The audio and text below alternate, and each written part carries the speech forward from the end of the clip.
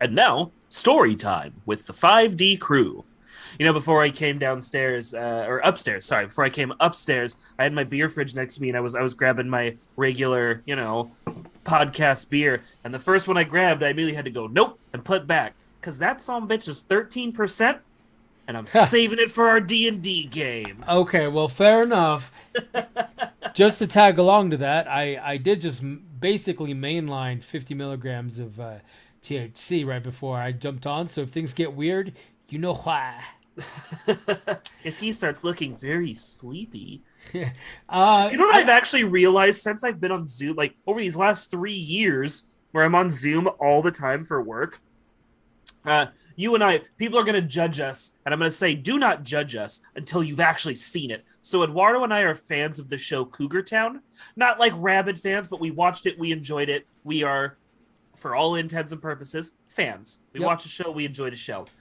I've realized I got tiny dime eyes. I just look kind of high all the time because like that's funny. like without trying, this is about as far as my eyes open. That's them just resting is about this open, and I look at other people on their cameras and they have these big expressive eyes, and I'm like, shit, I did so many drugs in high school that they just stop here now. I broke the marijuana broke Well, my eyes that this is all they do. I'm whatever kind of brown is okay to be. So, like, I talk with my hands. I don't need to be expressive in the eyes. It's my Well, hands that do all hey, the to talking. be fair, unfortunately, Looney Tunes and cartoons of our parents' generation's era portrayed your people as very sleepy. You You know, were I, always I taking siestas under a i- sombrero. if I recall correctly, that was because they were really trying to push this whole it's the Lazy Mexican and thing. not just that, this whole like it's the Mexicans bringing all the weed over. So, Oh, there's a great documentary. We're already doing the thing we said we weren't going to do. oh There's a well, it's great fine. This is how documentary we do it. called I think it's called The Union. And it's all about the history of marijuana in the U.S. And it's just a very factual, like, look, this is what happened. This is when it got big. This is why these people reacted this way. It's really good, actually, if you're at all curious about that kind of. Even if you're not, it's kind of just fascinating. Yeah, Um, but they were talking about how, like, once they realized that they wanted to target marijuana as this like political standpoint, because it really is. That's why, like, weirdly, marijuana is this big like crackdown drug, and like heroin is on the same level, and anybody could look at a guy smoking weed and a guy doing heroin and go, these are not the same level. It was literally so it was political reasons. That's yes, why it got political, targeted. but did they go over like where it kind of all started with Yes, the whole newspaper stuff? with Anslinger and the newspaper unions, and yes, all of that. But one of the original thing they posted was these crazy Mexicans coming up from the south, smoking their crazy weed and going on drug fueled rampages because they don't feel pain, and it makes them all angry and hopped up, and they start attacking people when they smoke their marijuanas. That's hilarious. which like I've never seen a dude go like smoke a joint and be like, I'm gonna go wrestle. Nope. I've Yeah. never met that dude. I don't, maybe that's a dude. I don't know that guy. Well, it. I would say that they might go wrestle, but they won't go It's not gonna be attack effective. somebody. Well, It's no. it's not gonna It's be like, good. hey, it might be fun to wrestle a little bit. Ha ha ha. Not Yeah. murder, murder, murder. Right? Yeah, that's I don't know. That might be a guy, but I don't know that guy. All right. So Hey, speaking of murder, this is murder, a murder, podcast about um, entertainment. I did the thing that I said I was gonna do. I watched The Batman 2022. Not bad. Not bad. So It's got coconut, and I usually don't like coconut, fair but enough. Fair enough. anyways, yes, Batman. I'm glad you finally watched it within an amount of time that I can still remember the movie. Exactly. I'm rocking the gear. Doing it. I'm not. I know you failed. Fuck, I'm Um, not. I like it. I I want to say a lot about it, but just obviously spoilers. Everybody knows it's Batman. I think at this point we're safer than not doing a spoiler filled episode as long as we preface spoiler episode. Huge spoilers. Honestly, the way that we talk about this stuff, specifically this topic, You know what you need is you like need a 20 spoiler. minutes. You need a spoiler graphic to go. Which way is it? To go next to us, whichever direction. oh yeah, I should probably. You should really just get like a cool spoiler text with like some sirens. It'll be like spoiler, Ooh, and then it'll yeah. just play. I gotta start using the soundboard again so I can start playing some sound effects. Like, We do. how do you feel about that? Bwah, bwah. Dead serious. The more this can be a morning zoo show, the happier I am. Oh yeah, I am down to do some episodes like morning radio host style coming at you Yeah. from the Bwah, bwah. interwebs. Bwah, bwah, Uh-oh, bwah. I guess you have to trudge through the swimming pool full of baked beans or whatever. Like, I don't know. I don't know. It would be something like today you get to fuck the moon. What's UHF? You get to drink from the fire hose. I remember before we knew he was racist. Okay, Oh, that sadness. man. So if you don't mind, I know this is your review, but if you don't mind, let's take the people on a little bit of what I feel like you have to do as the guided journey of a Batman review. Okay, hold on. Before that, I think that we should break our mold. I think for this one, because of how in depth I think we're gonna get, we should give the rating up front. Oh, okay. Yes, we'll give a rating up front for anybody who doesn't want to see a spoiler. Here's just a blind rating, how much we liked it, out of 10, and then we'll get into a more spoiler-filled review. Fair? Yep, fair. And, Okay, and so- also because I wanted to add that, because I feel like we might be harsh at some points, but I want folks to know where we're coming from. Okay, so we'll do them on 3. No, I'm kidding. do give me your rating out of 10. Out of 10, 9.7. That's high. Yeah, That's high. yeah. I would go more in the camp 8.5 to 9. Okay. That's more where like high, but you know, Okay. no, I don't think we've had a 10 on this show. So let's get that out of the way. Yeah. I don't think we've had a 10. Even some of my favorite movies, I think we go maybe as high as a 9.7 and 9.8. You and I haven't really dropped a 10. No, because we haven't talked about Starship Troopers enough. You're right. right. That's No, what we it is. have. We have. I think honestly it's because since we look at movies both from an artistic approach and from like Just a personal pet peeve, little bitch approach. exactly that, and also we take the approach of the property itself. We almost have Yes. like 3 or 4 different rubrics, right? Like, does it look There are- good? there- Was it well filmed? You know, it's diving, right? It's not, the dive is about the form, it's about the move, Yep. it's about the carry out, and I think it's a little bit about the splash. It's got its category, and I'm glad you say that, because that's actually kind of how I wanted to break down this review. I just want to be a little bit more structured with Batman. Reviewing a Batman film is like reviewing a Star Wars film. At this point, there's nuance to it. Yeah, there has to be. So We've been at this for so long. Right. So let's do this in some parts. Okay. Let's start with what I think is the most important thing to review. Let's talk about nothing else but Pattinson. Robert Pattinson. How do we feel about fucking Edward Twilight, whatever his last name was? I never saw the movies. I Wayne. don't actually know the name of that character. Okay, so unfortunately we have to split it again because we've done this with every other Batman. Okay, so hold on. You're gonna say Batman versus Bruce Wayne? Yes, I am. Because we've done this for every other Batman movie. Yes.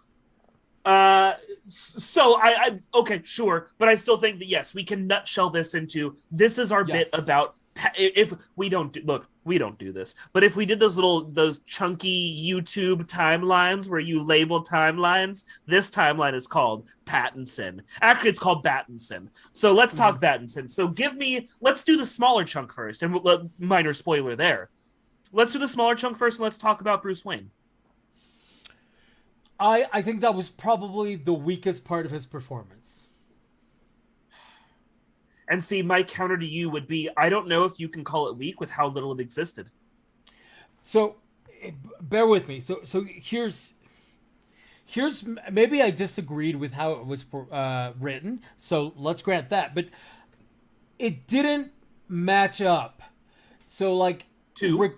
So regardless, Batman in general, Okay. regardless of whether Bold. if whether he's playing Bruce Wayne or whether he's playing Batman, like the character itself, there's always this inner strength kind of thing Sure. that I felt that Pattinson was portraying. And keep in mind, this is year 2 Yes. Batman. Agreed. But that being said, still there was regardless of whether it's in the beginning and the whole thing contextually, look, it was year 2. That has to be said so many times for so many of the things that happened. Being vague because we're going to get into it right now. Just Pattinson. So Pattinson, I think that if this was supposedly Bruce, like on that edge of adulthood or not, he's gotten enough in as the character itself, I believe, to be a little less. I don't want to call it emo because emo makes it sound Whiny. but it wasn't whiny. It was just unsure. And the one thing that, regardless of whether it's beginning or not, you have a character that has decided to do a very difficult thing in a very particular way. That takes some very a lot of willpower. Batman, Bruce, regardless who they are, it's willpower. And unfortunately, I saw too much indecisiveness when he was portraying Bruce. Okay. So and then I'm because we got a lot to cover this episode, so I'm just gonna move us along. So for me, I actually kind of feel the opposite. I feel like we did one of my favorite, and it's actually one of my favorite things. I love that very, very early on in the film, 3-hour goddamn film. Yeah. Very, very early on in this 3-hour film, there was this big setup, like we were about to do an extended Bruce Wayne scene. He's going. They keep talking about the board of directors showing up, and then right when we get to the logical conclusion of jumping for the next scene to be the scene with the board of directors, we skip it and we go do something else with Batman. And that was kind of the tone I took away from this movie when it came to Bruce Wayne was, hey, look, that's the side of Batman, and it's just the side that we're not interested in talking about right now. Obviously, with any Batman project, you have to assume you're coming into a franchise. Even animated these days, few Batman projects are one film, movie, game, whatever, comic. Rarely do you get a single shot dose of Batman these days. So coming into this one, I feel like they really were trying to set the tone of like, look, we're going to show a little bit of Bruce Wayne because we need to show you some Bruce Wayne. But at this point in time, Bruce Wayne's not interesting enough. It's year 2. He's just coming into like because if we're taking the Bruce Wayne headcanon that nerds know, if this is year 2 of him Batman, then the last several years he hasn't even been in Gotham. He's been out training under the guise of partying and doing whatever else. So this is Bruce only running the company for 2 years and still settling on the balance between Bruce Wayne and Batman. And right now, Bruce Wayne as Bruce Wayne is a guy who's out socializing, putting in face, or doing business deals to run his company. It's not, if you do it, you become Star Wars Episode 1. It's one part political drama, one part action movie, and I think they realized, you know what kids don't like? It's the one part that's political drama. So for me, while I agree that it may have been weak, I'm not going to hold the weakness of Bruce Wayne against this run, because we haven't really shown it yet. And I don't think we should have. I actually agree with the decision to do less. In a 3-hour movie, you have less than an hour of Bruce Wayne. Less than an hour of this movie is Bruce Wayne. I'm not, like, I don't dispute that they did it wrong in the sense of, like, how no, much just you weren't a fan of what you got. I'm yes, more just saying, for me, the context of what you got was justifiable. That's more my take is I don't know. I recognized it, but I was okay with it because of that. I don't know. I feel like it was too. I got to stick with it, regardless of whether they showed it a little bit or not. And again, I'm also just trying to nutshell us and move us along. But honestly, I want to preface everything with one thing. He gave it a 9.7. This Batman is comic book logic Batman. Yes. If you don't remember that, you're gonna have a bad time. So we're also playing the assumption, and when I'll do a section on plot when we do this, and we'll get more into it. But there's some comic book logic, like you fill in the blank kind of shit. Like we're not doing it here, you do it kind of stuff. Yeah. So that's us on Bruce Wayne. So let's finish up Pattinson. Batman. Best portrayal of Batman I've ever seen. Legit. Including animated, or are we talking all around, hands down, end of story? So film, for sure. However, my issue was this became the best animated Batman if done live action. So what I'm really asking is, would you rate him above Conroy, who is often considered the best? And that's not just me. Like, look up a lot of lists. If you don't see Conroy at top, I would have preferred Conroy's voice. Of course. But he's the voice. Exactly. But it's like Hamill's Joker. No. This was year 2 Batman. So, and this is where I'm right on board with you. Pattinson, first of all, anybody who had doubts on him, he brings it. And whether he's your favorite or not, it's pretty undeniable. He brings it. Okay. But what I think really worked for him, and this is not an asterisk on him being so highly rated. It's just a smart move. Having him be year 2 Batman helped Pattinson so much. Yep. It's an absolute boon. It works, and it works both ways. Him in the role, and the role feeding him what he needed. Yeah, he nailed it, man. Yeah. Can I just I'm gonna draw a weird parallel that I can't wait for the Blu-ray of this movie to come out. I might actually watch the commentary because I want to know if I'm right. Mm-hmm. So this one features a lot of monologue, and I'm gonna say monologue is interior dialogue, right? A lot of Batman pontificating or just thinking about things that are happening. And honestly, to me, I'm going to draw a parallel. Hold on. Technically, it's not monologue. It was narration because he was writing it in his journals. That's still monologue. Writing in a journal can still be a monologue. I thought monologue was very much... Oh, no, you're right. No, with how you described it, it wasn't, but you're right. So I'm going to put it in more of a shell right now. I'm going to draw a comparison to a film that I actually don't like, and I think this was legitimately an homage to this film, and they were right for doing it. This is so Patrick Bateman American Psycho. American Psycho, the whole thing, he does these huge monologue, like interior thought monologues about sort of his view on the world and himself and all these things. And that's very much what they do with Batman. And weirdly, drawing serial killer Patrick Bateman vibes into this character, fucking dude, it plays. It plays so hard. It was great. The monologues were, and he delivers them. He delivers them so well. Yeah, I also like where he still Patterson. He adopted the gruffer affectation, but he didn't make it cartoonish. So I thought it was solid enough.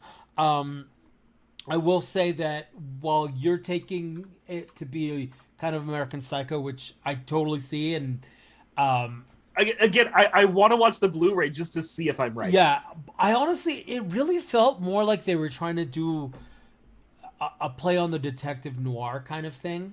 Oh, no, and they did say up front that it was going to be more noir. And yes, it was very noir, but I still feel like it was very Patrick Bateman Okay. inspired in its Okay. delivery. Well, now I'm very curious for when that But Blu-ray yes, goes out. I love that you caught that as well, because they promised a more noir film and they delivered it. Oh yeah, solid. It wasn't just them blowing smoke. They delivered a noir film. I feel like it, unlike 3 hour some of the noir. other DC stuff, they use the light, dark shadow and the bright reds and the those really well versus just a dreary, sad tone that a lot of the other DC movies take. So I think we can both say Pattinson, a high point of the film. Yeah. If you're watching for nothing else, check out his performance. Very Yep. good. So let's talk villain. So the Riddler, and specifically this take on the Riddler. And before anybody says anything, we've said on this podcast before, we are very big into takes, just like the reason that I'm not into Man of Steel Superman is not because I think it's bad, it's because I like Boy Scout Superman, and that's just my take. Look, I've got close to 500 comics sitting on the shelf next, 500 trade paperbacks, which is, 4 to 6 each. Not a flex. Just saying, I'm Total red flex. I'm red in my comics. And it honestly, when you read stuff like Batman, Superman, Captain America, Iron Man, any of these main ones, they've had so many writers and so many iterations over the year, you can't say that any one character is one thing. There are takes. Sure. And so just like Man of Steel Superman was not my Superman, it is a lot of people's Superman, and they're not wrong for liking that film. So this take on the Riddler as a villain, the Riddler working in this plot. Give me your nutshell synopsis, your review of the Riddler. I thought it was a decent portrayal, although I like what the real Riddler is supposed to be like. So I would, if I out of 5, I'd give a solid 4 on the villain. Okay. For me, I gotta say, I'm on record. I'm recorded. I'm on this very podcast predicting this exact iteration of this character around the time that Ben Affleck's Batman was coming out. The more Saw-esque version of the Riddler in a more detective-focused noir plot. I am 100% on record calling this film, offering to write this exact film with a B plot that I'm going to bring up in the plot section that seems like they're going to do. Okay. I'm almost terrified that like the 10 people who watch this show, one of them really is a goddamn producer. That's funny. But how can I say I'm mad when literally the exact same thing I said I would do is done? Well, guess what? You nailed it. I really like this portrayal of the Riddler. Some of our friends in the D&D group saw this before us, and I brought up the Riddler, and I asked who played him, and they said, look, it really doesn't matter. It's more about the writing of the character than the delivery of the character, and I actually very much agree with that. And it's not to say that this guy did a bad job at all. He nailed it, but I think a fucking can of soup could have nailed it because they wrote the character so well. Yeah, I do. And again, like, that's not to take away from him. No, he no, no. did a great job. Of course, he But did a the writing solid was job. great. But because a lot of it was done in those like snippets, like It again, the writing doing the actor a Yep. favor by being good writing. exactly. So I liked it. I liked the portrayal. I liked the actor. Honestly, it's not my Riddler, but that's okay. That's why. Hashtag. Well, exactly. So I like that, like, super genius Riddler with the refined gentleman super genius. I like. So let's just say, because we're talking live action ones, compared to Carrey's Riddler, how do you feel? Oh, look, Carrey's Riddler has a special place in my heart because Batman Forever has a special place in my heart, but that wasn't the Riddler. We've all said It's not. It's not. It is like the batshit Looney Tunes universe version of the Riddler. So it's cartoon Riddler. Yeah. the real Riddler, the one from the comics, and yes, I have read Batman comics. I know I don't read a lot of DC, but I have. What? I enjoy the gentleman super genius Riddler. Okay. That a lot of times gets taken in by almost his own arrogance. And I enjoy that. This one, I don't know. I felt it was too of the times, kind of his backstory. That's probably the one thing I will say, like, meh. But that's why you got a 4. Yeah. There's another point I'll make in the plot. The plot section is going to be my heavy section, so we'll plan for that because we're almost halfway. Let's talk the other villain, Penguin. Because you got water in your mouth, I'll just say for me, Penguin was interesting. He seemed to downplay his role. When people first found out he was Penguin, he was coming out and saying like, "Oh, hey, I'm not in the movie a whole bunch. It's not super pivotal." And I get why he said that, but I think he downplayed it a little bit, whether on purpose or not. I think what they were doing was clearly some world building setup. Mm-hmm. We were doing some world craft. I think he nailed it. Again, I think the writing was on point for that character. Fuck yeah, like used really well. I kind of the only problem is when you compare him to Danny DeVito's Penguin, it's such a different character. It's like you can't really even put those characters up against each other. It's almost not fair because they both deliver very different things and the script gave them such different things. I love DeVito's Penguin, but this Penguin, man, this Penguin's just kind of like the dirty mobster he needs to be. I was going to say, I feel like if you combine DeVito and this was Farrell, right? Yeah, Colin Farrell. Such a good job. Yeah. So if you combine them, you get the Penguin that I have in my head. Yeah, and that's my thing is they played two sides of this coin, but really the real thing is directly in the middle of these two. Exactly. So makes it so hard. So that's why I liked his performance. I thought he came in solid. I feel like I didn't know that he had said that he was not in it a lot. Because it's true. He was claiming a bunch like oh no, I'm not, it's not that much of the film. And I feel like more than you. Maybe he just doesn't weigh in how important this was. Or he was trying to downplay just to keep things a mystery, something. But yeah, it was not accurate. It's a good chunk. It's not most of the movie or anything, but it's a good chunk. Yeah, it is, but important. I'm just trying to keep us running. So it sounds like we land the same place on him. So let's talk Catwoman. Okay. This is is it Zoe Kravitz or Zoe Kravitz? It's umlauted, so my wife said that's I don't Zoe. actually know. I'm not gonna try, but okay. My what we'll blame it all on my wife, but she claims it's Zoe because the E is umlauted. I've heard Zoe, so then we'll go with that's what we're gonna go with, and if we get a bunch of write-ins that it's wrong, we'll just yell at my wife. We'll just hit her. Sure, we'll just hit her a bunch. We'll take turns yelling. Yeah. I'll call you and put you on speaker. No, here's what we'll do. We'll grab her phone and mess up her Wordle streak. Oh, that's meaner than hitting. All right. Great performance. So let's just get that out of the way. There was fire. She had already won me over in her high fidelity remake on Hulu, Disney, whatever the fuck it was on. I haven't seen it.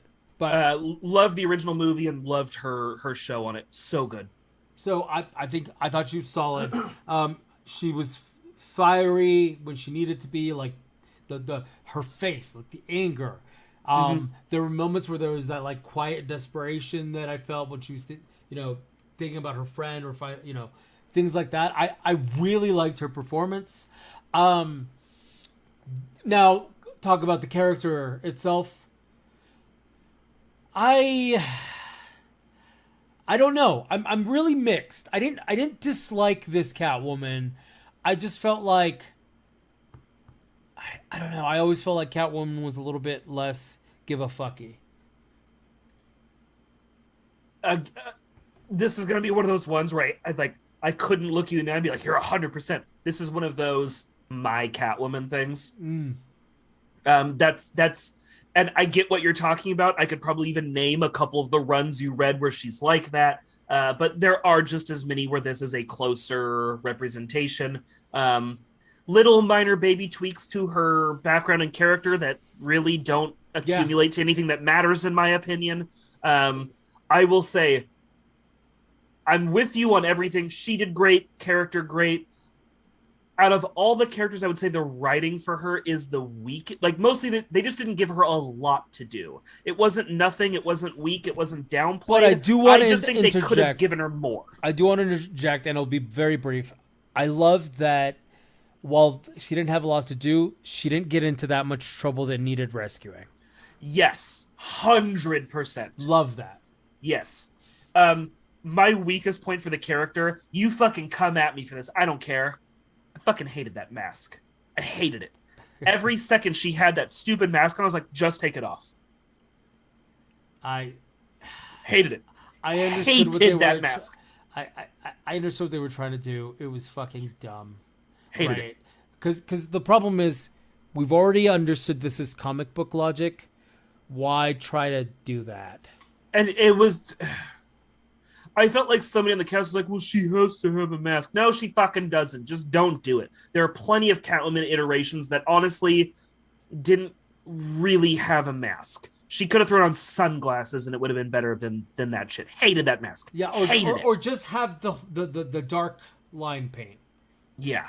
There you go. So then we'll do a small bit on tertiary characters, and to kick this off, just so we can run, it's part for brevity and part because honestly, a lot of these characters, even though great performances, didn't have enough for us to really, chat is saying Zoe. So my wife is correct according to chat. A lot of these characters there's a lot of characters that they clearly want to do more with in the future, but right now, it's just not something that's helping the story, so they didn't do it just to do it, which I appreciate. So we'll talk some Andy Serkis, Alfred. We'll talk some Commissioner Gordon. Let's lead with those. Both of them, great. Loved it. Both actors bringing 110% to a role that, while well written, didn't have a whole lot going on. I feel like I'm really forgetting another another smaller key character that I need to mention, but they're just not jumping out. So I'll pass to you. You watched it slightly more recently than I did. Yeah. Give me everybody else. Give me everybody else in a nutshell. So let's talk about Alfred really quick. Solid. Most of the stuff he's in is solid. Serkis is just solid. I will say that Serkis is a goddamn I expected a little bit more out of Alfred, especially knowing that in the comics eventually he runs the Outsiders and other things. So I was a little disappointed there. But this is again a my Alfred run, and considering, minor spoiler, what they do with Alfred in this plot, I understand him taking sort of a backseat as a character. This was more the implied pain of the situation, right? Because we're all familiar with him. We don't need a big buildup of how close they are. We get it. It's also minor dip into the plot point. Love that we didn't relive the fucking scene in Crime Alley. Oh yeah, we don't, just like Spider-Man, we don't need to see it anymore. There are a couple of flashes which I was happy for because they were his memories, but yeah, you're right. They didn't do it again. They didn't make it all a replay over and over. And in that same vein, I personally feel like we don't need to talk about how close he is with Alfred. If you're coming into a Batman movie knowing who Batman is, you know he's close with Alfred. We don't need to discuss it. Okay. In my opinion. Okay. Fair enough. So we're Gordon, I love that actor. He's great in the Bond. I can't remember his name, but yeah. I forget his name, but he's great in the Bond films. So I do like that actor. Gordon needed a lot more to do. And again, I feel like they just pulled it back because right now anything they're doing is just padding a 3-hour plot. Exactly. Weirdly, so they use 3. We'll get to it in plot. Yeah. I don't disagree. I'm trying to think of other side characters, but most of them were like throwaways because. Did I cover? I feel like I'm forgetting someone. You've got all of the main characters that the plot mattered for. Like you had a lot of other ones that forwarded the plot, like the kid and then obviously the lady, the friend. Oh yes. Right. So there was that, but it wasn't. None of them were like main characters. So Okay. Okay, so yeah, tertiary characters. So it seems like we're slightly different. You wanted a little more. I was okay with the portrayals based on what was given, and I will say that based on our final chunk. Let's just talk plot of this film. For me, fuck, it's 3 hours, but I will say it's 3 hours well used. I can't point to any extended sequence that I was like, just get rid of it. You don't need that.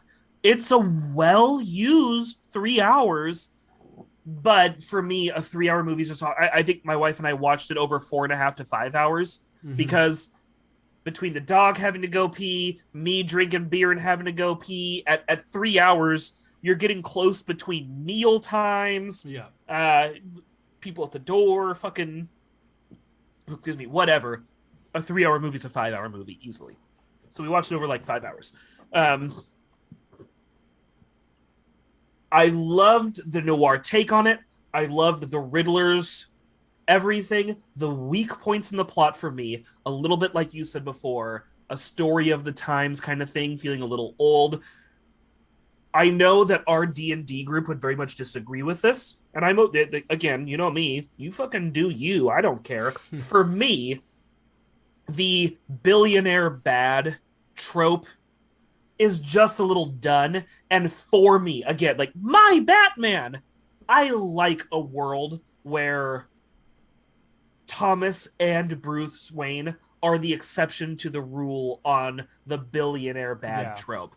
I like that they are both the decent human beings as billionaires. And lately they've been changing that where Bruce is the good one and Thomas had a dark past. It's not at all unheard of. It's in the comics. Anybody who wants to argue, there are plenty of runs that do this, animated shows that do this. It's fine.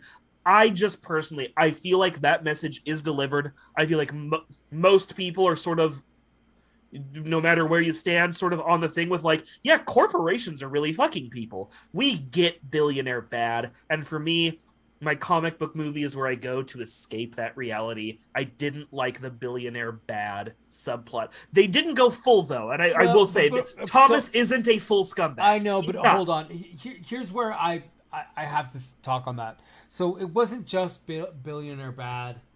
It was billionaire bad. Kill off the straight white guy. Sending a message. Of course, it was a lot of that. It was very that. And here's the challenge. Like, they weren't breaking any new ground. This wasn't a moment where art is putting a dark mirror, right? That's right. It's a message we get. We already know this message. We fucking know. We're living. Did we need to do it to this character? We're there. Yeah. It just didn't matter. Like, even like at the end, like the politician that survived, like it just so happened to be the stuff that we're totally cool with, and like on its face, there's nothing wrong. It's fine. It just felt a little too. I don't know. I don't even want to call it preachy because it wasn't that. It was just like no. It was just a little overdone. That's all. I thought it was just a little overdone. And then the other big point I wanted to make on the plot, the what I'm assuming is going to be some sort of B plot in the inevitable sequel to this, which I believe they announced it's getting the sequel, right? It's greenlit already. The sequel is happening. I don't recall because they were having some of the filming issues. We'll have to look that up, but I believe it's at least like planned. It's on a slate somewhere. It's going to happen, barring a catastrophe. So I shouldn't even call this an issue, but in that very podcast where I predicted this plot for the Riddler, I did talk about how the best time to do a Batman setup is you come in after Batman captures the Joker. It's early in his career, and the first time he busts the Joker, that's his, before he was a legend, an urban myth. And then he comes into the mainstream when he busts the Joker, and that's where the show starts. Your movie, your show, your iteration of Batman, as I predicted it, would come in right after he busts the Joker. In fact, my supposed script that I would have done, the opening credits were the newsreel talking about how the mysterious Batman appears, confirmed as real as he takes down the Joker in a very big public thing, because that's the only way to take down the Joker. Mm-hmm. He's going to make you do it in the public. And we did kind of reveal in this movie towards the end. Spoilers. Towards the end, Riddler goes to jail, and who's in the cell next to him but the Joker, having clearly been busted by Batman and deciding to be friends. So I really do think the B plot that I came up with for that conceptual movie was slowly we watch Joker break down Harley Quinn. We watch Harleen Quinzel in her interviews with the Joker, and we watch him slowly turn her until our inevitable climax happens at Arkham Asylum. Mm-hmm. And in all the chaos of our big climax, Quinzel breaks the Joker out of the asylum. And that's the big... And am I wrong? Did it not feel like we're setting up for something Jokery? But not, I truly don't think they set him up as the villain for number 2. At most, he is set up for a Hannibal Lecter B-plot. He's the guy Batman visits to figure out the next villain. I would agree with you if studios had a tendency of letting things roll. So look at what... Sure, but we can only talk about what we've seen. Of course. Well, but look at John Wick 1 and John Wick 2. Was John Wick 2 good? Yes. But did they add elements that studios usually add? Very yes. Yeah. So that's all I'm saying. 3 was better. Okay. Yeah. I think you end your trilogy on Joker, man. It's the smart move. So, my takeaway on the plot. You end on Joker and you set up a new trilogy. Sure. Yeah. And we're even though we changed some background, we have sort of a Robin set up in this plot. I don't hate this background change. I think it's an innocuous enough background change that it's fine. Yeah, for sure. It works as fine as the original, so whatever. And I love the idea of Robin actually being a goddamn child and not Chris O'Donnell. Wait. In his defense, no, it's fine. I'm pretty sure they're just trying to get away from the allegations of grooming a young child. Sure, just saying though. So all in all, I really did like this plot. I thought it worked very well. I love the Riddler. I loved his motivation. I love the writing on this. All in all, I think it really deserved a strong 8.5, if not a 9. The only reason I don't go higher, sort of the things I hated that Catwoman mask. I hated it that much. I know, I'd take 0.5 away. I hated that Catwoman mask. It's such a nitpicky bullshit. and the 3-hour runtime is hard. That's not a realistic runtime. What if I watch that in the theater? What am I supposed to do in a theater for 3 hours? But again, this is where I think you're being a little unfair. I gotta hit Panda Express on the way in and then again on the way out. No, hear me out. What would you have taken out? Okay, so again, I do think they used it really well. I don't have a slam dunk answer to what you're... Sorry, I have to close this window, so I'm a little far away right now, but the light is killing me. Yeah, I did notice. Yep. So I don't have a slam dunk answer for what you're saying, but I think the things that keep it away from being perfect is that they don't have a slam dunk answer for not delivering a 3-hour movie.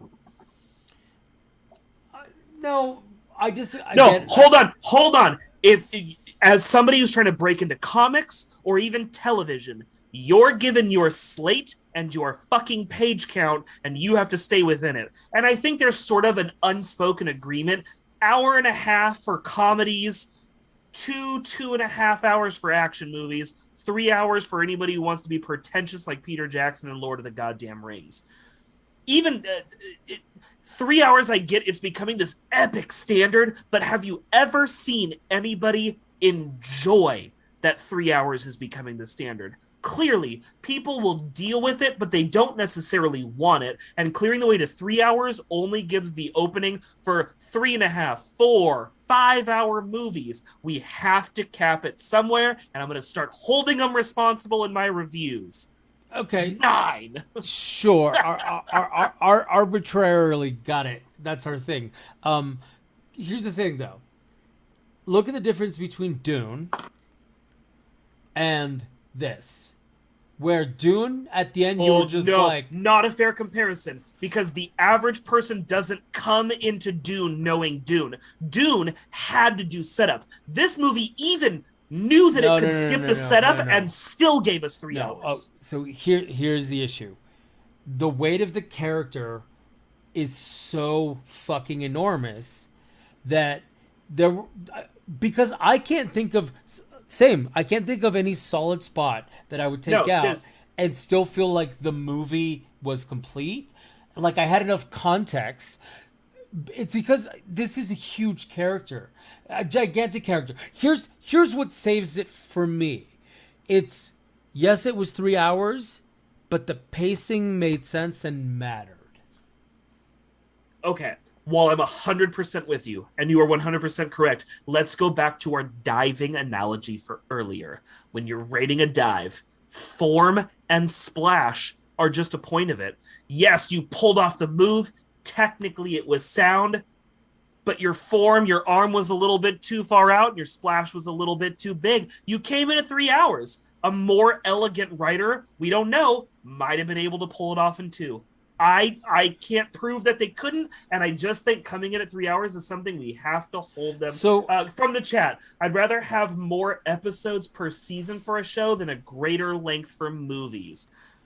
With a whole bunch of shows coming in at six, the Obi-Wan show coming out this month is 6 episodes. I'm 100% with TK. Movies can figure out how to do it in a couple of hours, while meanwhile we're cutting shows down to less and less time, and they're still getting the message across. And see, for me, I don't even want to make the argument of whether movies are getting too long, because that's not the point. The point in this is, was it a solid movie or was it not? So again, here's where I felt like I'm not trying to convince you that it was right or wrong, or that there was a writer. The challenge now is, though, you remind me of my mother, where it's like, well, it was good, but it could have been better. Hey, you know what? It could have been fucking worse. It could have been so much worse. It's not even about being better. And no one has done better. No one has done better. I would not say that this is my film. number one Batman movie. In film? Really? I would not say that this is my number one Batman movie. If we go within the context of the Batmans that they were portraying, this is my favorite Batman film. Because I accept, love, and respect you. And yes, this it's is definite. It's Batman. God, it's top 3. Dude. For me, it's top 3, and I hesitate to not just guarantee that it's number 2, but I don't know that it's number 1. I think film-wise, live-action film, because obviously there's animated ones that I enjoy much more, but it's almost cheating at that point. But live-action, I think it's the best portrayal of the Batman that it's trying to portray. So you're not going to agree. I'm also disappointed you have not put up a graphic for this the whole time we've been talking. Oh, God damn it. You've not put up a graphic for this the whole... We are 48 minutes in. I give 0 fucks. Let's go. You son of a bitch. Great thumbnail. So you are not going to agree with this. I can guarantee you right now, you are not going to agree with what I'm about to say. Okay, probably. But you know that this is a sword I fall on, have fallen on before, and will fall on again. The rule of cool matters. And I still think, I don't know which one, and maybe I need to do a little mini Batman marathon this year. I still think a Burton film for me. I still think the original Batman, even though it's a horrible Batman, it's a great, Keaton is doing the best humanly possible job with the script he was given. The script is sort of not Batman, but also sort of is. It's a very narrow window specific Batman. And not a common or but it is a Batman. Not only does Keaton nail it, not only does Nicholson nail it. As much as I fucking hate Burton and think he's a one-trick pony like goddamn Tarantino, that style at that time just fucks. It bangs, bro. That shit's got like and again, I knew you were but for me, it's not a Batman movie. It's not. It's not a Batman movie, but the rule of cool is so hard fucking cock in effect on that first, like, every scene in that movie was written, you know, it would be dope. And then they wrote that scene. And at any point somebody went, that doesn't make sense. They went, yeah, but it's really cool. And that movie just bled cool. Okay, look, here's where I disagree. I knew you were going because to. Look, for the longest time, that has been my favorite Batman film. Like, sure. Dark Knight was cool as fuck. Heath Ledger, still the best Joker. Great Joker. I just don't know about best. I think Hamill's best. God, we're talking film, goddammit. Okay. Talking film, yes. Ledger is the best. Yes. Okay, goddammit. We're talking the movies. Fine. Yeah, you're right. Hamill is fantastic. Hamill's the best. Dude, can we just say that the only thing that would ever get even close to getting a perfect 10 is the Batman the Animated Series? Yeah, and the only reason it doesn't is just those couple of like mandatory phone-in stinker episodes that every kid show in the 90s has to do. Exactly. The ones that were just selling the toys. Fuck though. You know, weirdly, you know what is so close on its heels? It might be the only other 10. Batman Brave and Bold.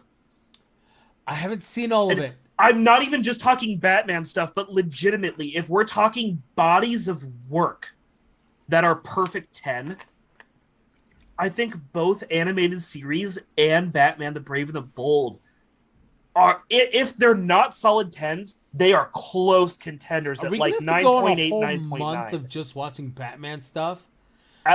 So, hold on. At this point, I don't think we can do it in a month. So, you have the 2 Burton, the 2 Schumacher, the 3 Nolan. Yeah, no, you're right. Plus Justice League, plus Batman vs. Superman, plus this, plus animated series. You have to count Justice League. Batman is too heavily featured. You have to count... And all of the Justice League Dark films, the animated ones. Actually, I wasn't even going to count those and still see how many I have left. You have Brave and Bold. You have Beware the Batman. Okay. Which actually isn't bad. It's not great, but it's actually not bad.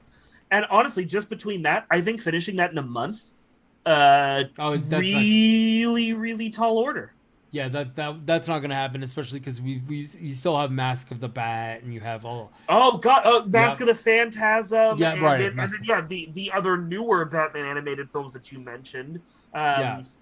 There's just too much, and unfortunately, even I think the breakdown you really do. If we wanted to do this, you do a Batman films month, then a Batman series month, and if you're doing series, oh shit, you also have to do Batman and Superman the animated series. Yeah, that was a 3-season show.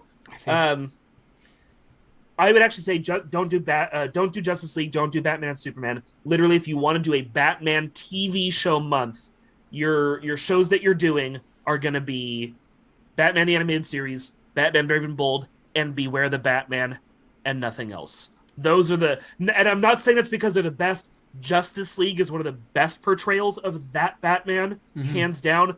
But because Beware the Batman is its own... Oh, shit.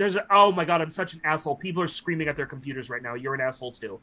Probably. We forgot a major Batman series that even though... Oh, we're talking Beyond? Traditional, you have to do Beyond. Yeah. No, I thought of it, but I was trying to figure out which canons you were adding, so I'm like... If you're gonna do a series watch, then it's animated series, Brave and Bold, Beyond, and Beware the Batman. So speaking of Beyond, did you see what they suggested? They who? So I don't know if it's the internet, but at large. Well, it started at Reddit, but I've seen a bunch of other places. They're saying like, do a Batman Beyond with, or wait, it might have been Kevin Smith who said this. Do a Batman Beyond with Keaton as that. Yes, Bruce Ardian. I was like, yeah, solid. Yep. That would be fantastic. Yep. 100%. Either that or, you know what? I hate to say it, but Brolin, I think, would do a good crotchety old Bruce Wayne. No, fuck that. Honestly, do Batfleck. Yeah, kind of, for sure. Is Affleck not in his 50s? Mid-50s? Yeah, I think he is. Well, let's see. Ben Affleck age. How old is he? Oh, wow. No, we're dicks. We're assholes. Is he like in his 40s? 49. I mean, okay. No, okay, but fine. I specifically said mid, assuming he was mid to late, and he's not even 50 yet, so... Okay, fair enough. But my still, bad, that's a dick move. I think the look and just the gruffness, I think... Yeah, I still think he can do it. Brolin would do it. I think Brolin could do it, but I still think Batfleck could do it. Throw him in a little bit of aging makeup, and you have a fucking who's your. We're not gonna look. We were honestly when we started this episode, we were like, we're gonna do all kinds of stuff, and Eduardo was like, we're not gonna get through Batman, and I was like, we'll be fine, and he was right. Yeah. So okay, all right. So anyway, we've only got 5 minutes left. So who's your Terry McGinnis? If you have to cast right now with the pool of actors available, who's your Terry McGinnis? Remember, he's still in high school, so you can't cast an actor past 23. or you got to find a Michael Cera, right? Oh God, who can play 10 forever? Holy shit! I don't know if I know any actors this young. I'm old. Well, it's not even that. Most of the ones I know are from like WB shows or I was gonna. You shows. watch those, so you actually know people who can take this. Terry McGinnis. Oh my God. It. Huh? I'm gonna Google it. who would be a good Terry McGinnis? Yeah, I literally like. I'm trying to think, and I'm like, all these actors that I think are like so young and youthful. Now they're in their late 20s, early 30s. What about the guy from Dune? Okay, here's the only reason I will accept this. First, when I watched The Batman, this new one, I looked at my wife at one point and I went, damn, they didn't go with the typical tanky football player Batman build. Pattinson was yoked, but he was that weird, like, slender yoked. He still looked big in the suit, but he didn't look like a football player in pads. Like even Bale, who was still a slender kind of yoked, really filled out that suit. Affleck, I think, is the quintessential. Affleck's just a broad dude. Yeah, he's got them shoulders, really boy. Yeah. So in my mind, when you first said, it's Timothy Chalamet? It's got fucking consonants up front, bro. It's got consonants. When you said him, my first thought was Timothy Chalamet. You're assuming that pronunciation at best. Of course, I took a stab at it. Better than you're choking on whatever it is you had in your mouth. Yep. So my first thought was he's not bulky enough to play a Batman. Acrobat. Literally, when because I lied, like I said, I'm cheating and I'm pulling it up on YouTube. I pulled it up, and him next to Bruce Wayne, they draw Bruce Wayne in that broad-shouldered, bulky look, and he's slender as a motherfucker, and I think you just nailed it. Yeah, I think he'd be a good Terry. And I'm pulling that shit out of my ass because I recently saw Dune and I was like, he's got the acting chops, and I think he's got the stage presence. Okay, I do have one. I'm taking it from comingsoon.net and their list of actors who could do it. Looking at it, I actually think he can do it. Joe Keery, Keery. He's the guy from Stranger Things. He plays the Herr Harrington, Steve Harrington. That's what it is. I actually think. So did you pull up? Did you? Yeah, okay, you're pulling it up on your own. I know exactly who this is. No. I was wondering if you put a picture up. So I will. Legitimately, one of my problems is I think the hair they have him in is really big because he's on Stranger Things and it's an 80s show, so they gave him big hair. And B, he hasn't gone through the requisite I'm doing a superhero film and now I need to bulk up thing that they all do. They all do that, right? Anybody who's about to play a superhero is going to go through some crazy crash diet and put on like 50 pounds of muscle.